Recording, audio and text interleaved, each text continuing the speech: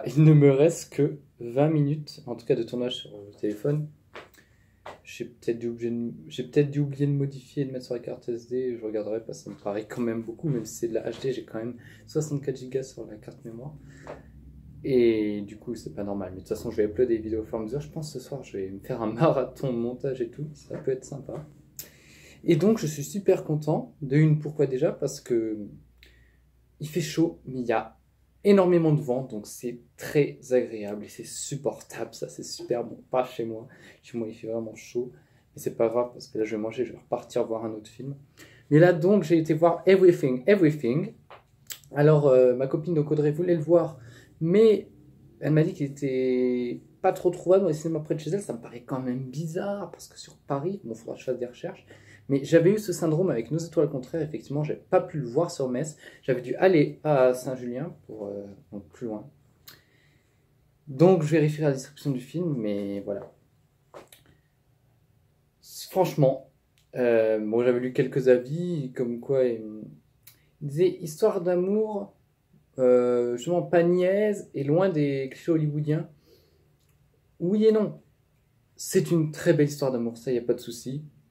Après, l'autre partie donc, de ce que je disais, bon, il y a quand même du vu, mais non, non, non, franchement, c'est un... Everything est un très bon film. Je pense la meilleure histoire d'amour avec des adolescents qu'on ait pu voir, dans le style Nos étoiles contraires, Si je reste, etc. Effectivement, c'est rien que l'originalité du propos, je vais vous raconter un, mais fait que voilà.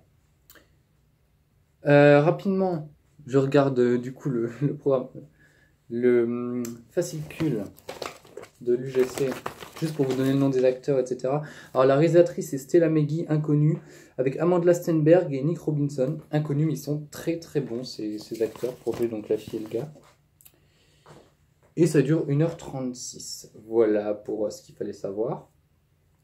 Donc ça commence avec une voix off qui nous raconte, oui franchement la VF, la version française, et, et franchement passe bien, c'est pas dégueulasse pour une fois.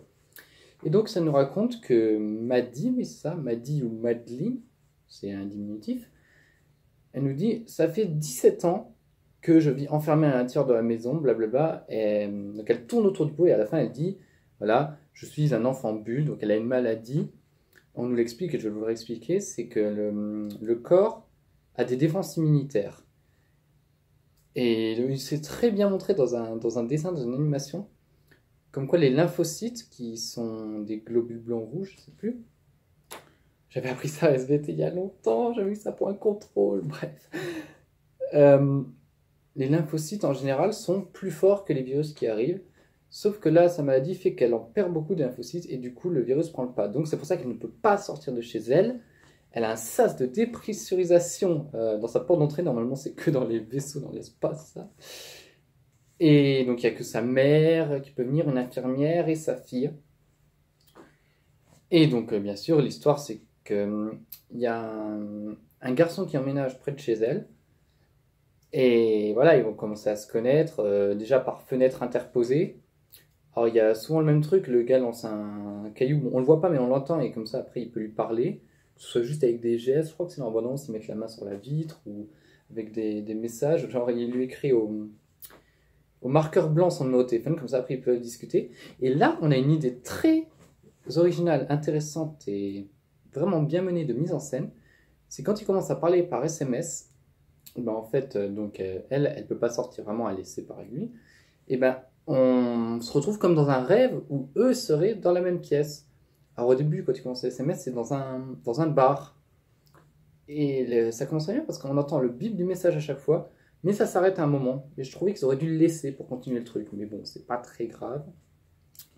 Et plus tard, on aura ça aussi, donc le même sorte de mise en scène dans un rêve, mais c'est pas dans un bar, c'est dans une bibliothèque. Voilà. Elle l'aime, mais elle peut pas sortir de chez elle. Alors au départ, elle finit par l'inviter avec l'aide de l'infirmière. À un moment, elle en peut plus et voilà. Je vais dire voilà. Et voilà, je vais rien dire d'autre, je ne vais pas spoiler. Euh, je vais donner juste mes deux petits points négatifs. C'est sur la mère. parce que sa mère a une réaction pas bizarre, mais trop rapide en fait. Non, en fait, c'est un moment où il va se passer un truc avec le garçon et son père, une sorte de bagarre, et donc la fille va vouloir intervenir, mais elle n'a pas le droit de sortir, comme je le répète, et donc sa mère va la ramener à la maison, en disant mais qu'est-ce que tu fais et tout, c'est pas bien, ok. Par contre, juste après, elle va faire ah mais alors il est comment ce garçon et tout, elle va être toute gentille, et après elle va être méchante parce qu'elle va virer l'infirmière.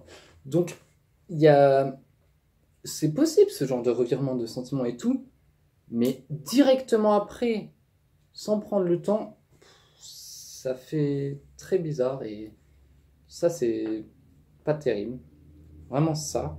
Et à la fin, on a une explication, voilà. Et après, le film te donne une interprétation. L'interprétation que le film nous donne, je la trouve pas. Non, je la trouve trop mélo. C'est vraiment, ça va jouer sur les sentiments, blablabla. Alors qu'il y a un moment où il y a une référence au Petit Prince et elle fait quelque chose, et là j'avais quasiment les larmes aux yeux. C'est vraiment très très fort. Donc ce film a de très beaux instants, la mise en scène est très belle. À un moment, on va la voir chez elle, et il y a juste on va croire qu'il y a des. En tout cas, moi, je sais pas si tout le monde le verra, mais on a l'impression qu'il y a des plantes pas qui volent, qui sont un peu suspendues, mais en fait, c'est juste le reflet. C'est vachement bien fait. Sinon, au niveau des plans, on a la mer, et on s'éloigne de la mer. Je pense que c'est fait par drone, c'est magnifique ce plan-là. Inversement, on aura un autre où il part sur la mer comme ça. Magnifique. Donc voilà, juste le personnage de la mère qui change deux fois bah, pour revenir à son truc initial, quoi. Mais trop rapidement.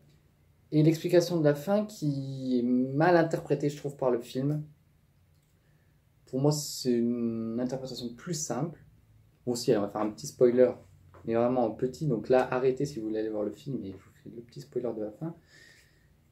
C'est qu'elle n'est pas malade et que sa mère, pour moi, mon interprétation, c'est juste qu'elle s'est trompée sur le diagnostic, qu'elle a fait une erreur et qu'elle s'est confortée dans son erreur, alors que le film explique comme elle avait perdu son père et bah, son père, son mari, oui, le mari de la femme, donc le père de voilà, elle avait perdu son mari et un autre, je sais plus un frère, une sœur ou le fils, je sais plus du tout, mais deux membres proches de la famille, quoi.